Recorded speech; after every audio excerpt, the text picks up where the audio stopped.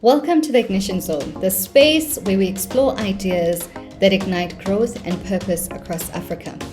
I'm Mmathebe Zvobwo, and today we're talking about something that touches almost every community on our continent: entrepreneurship and poverty.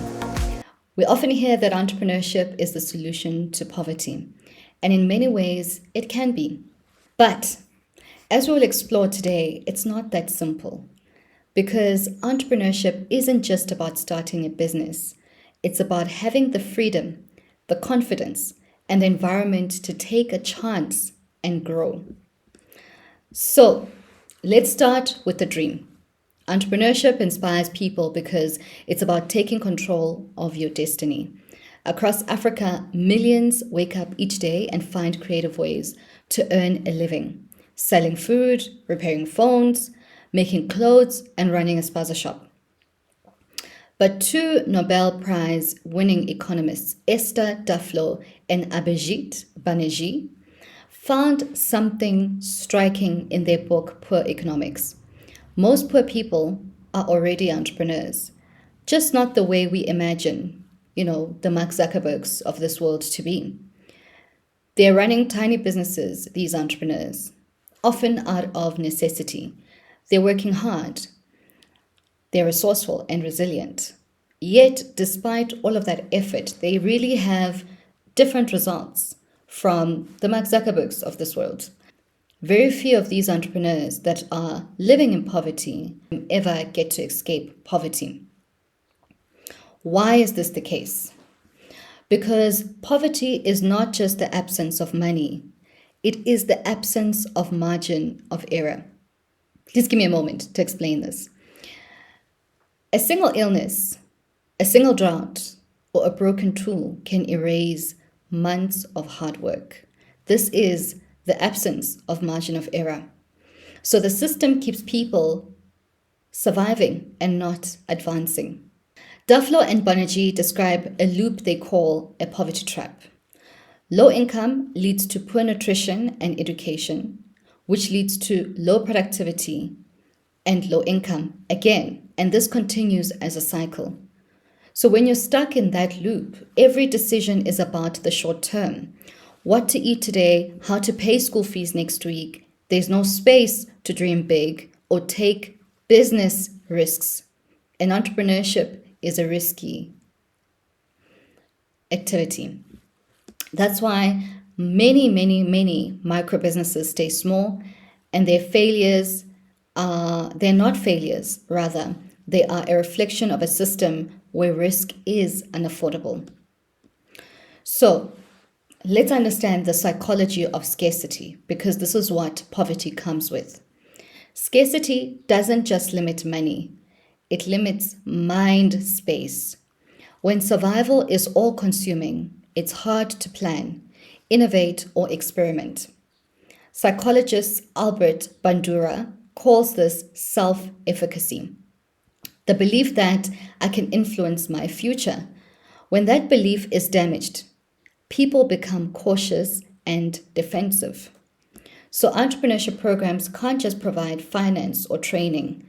They must also rebuild confidence and hope through mentoring, community, and success stories that show what's possible. Now, entrepreneurship flourishes when the three forms of capital come together. This is what we call the three capitals framework in entrepreneurship. Human capital. This is essentially the education, the skills, the health, and the human resources required to make sure that entrepreneurship thrives. What poverty does instead is that poor schools and healthcare create an environment where human capital just does not thrive or is accessible to entrepreneurs. Social capital, which is the second form of capital entrepreneurship is based on, is what we call the networks we need to advance our businesses, the ability to be trusted in society, and relevant mentors. What entrepreneurship does to undermine the social capital for poor entrepreneurs is that they are often found in isolation and they've got low exposure or have limited connections that could really advance their businesses.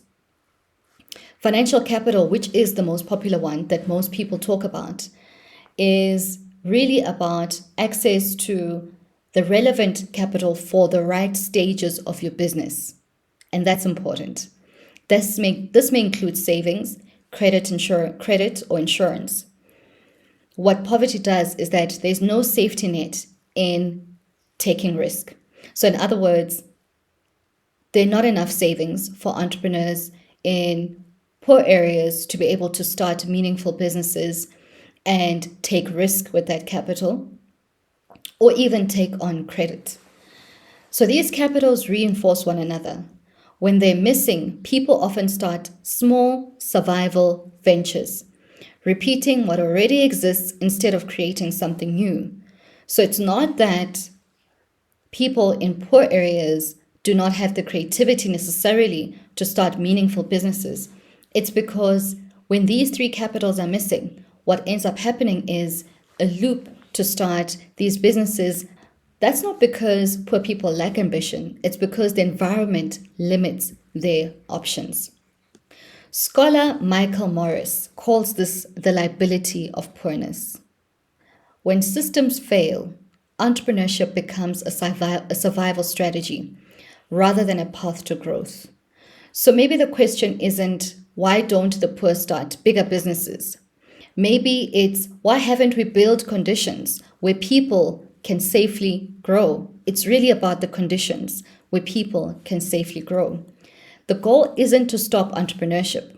It's to make sure it is a choice and not the only option. And I think this is where most programs get it wrong. Anybody who is in a poor area and cannot access employment is expected to start a business without the context of understanding that entrepreneurship thrives in the right environment and when the conditions are correct. Now let's zoom out a little bit to the nature of high growth entrepreneurship and jobs.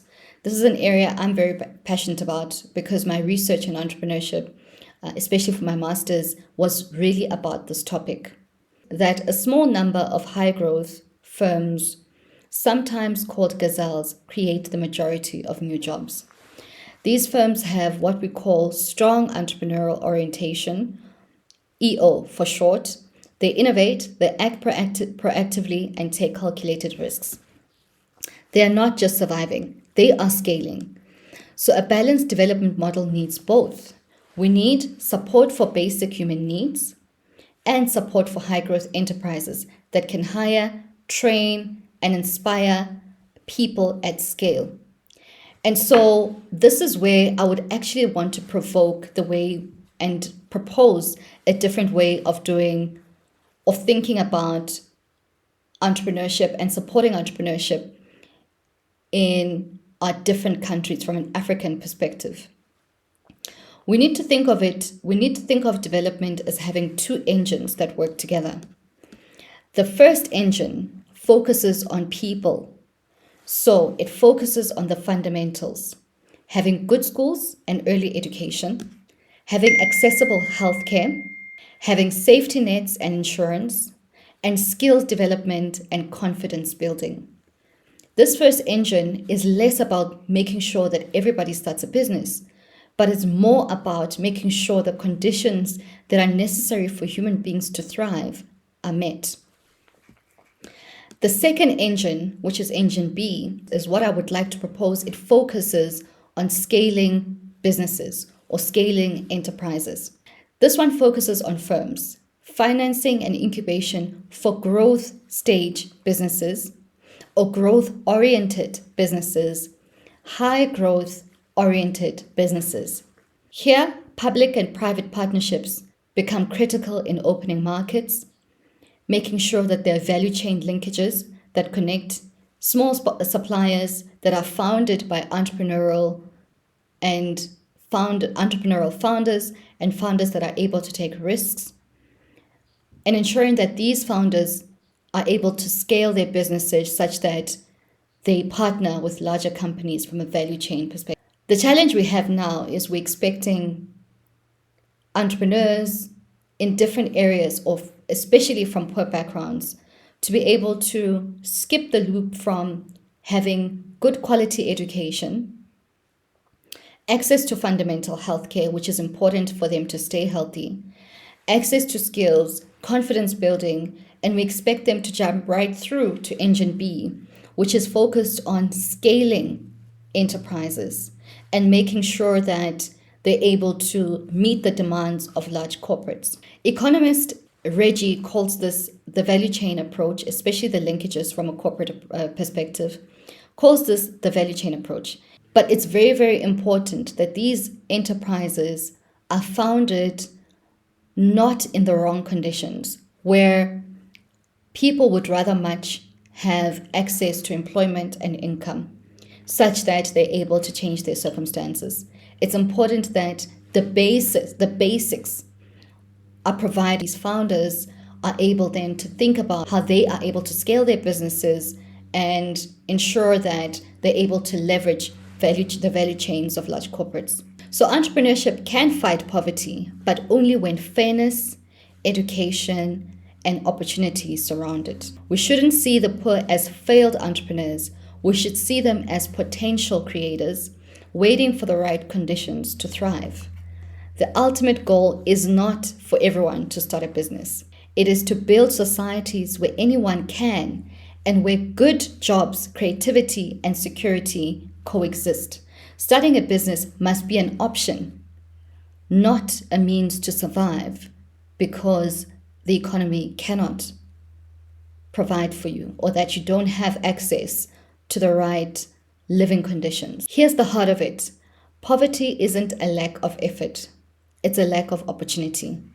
When we invest in human potential, strengthen institutions, and nurture high-growth enterprises, entrepreneurship becomes a bridge, not a burden.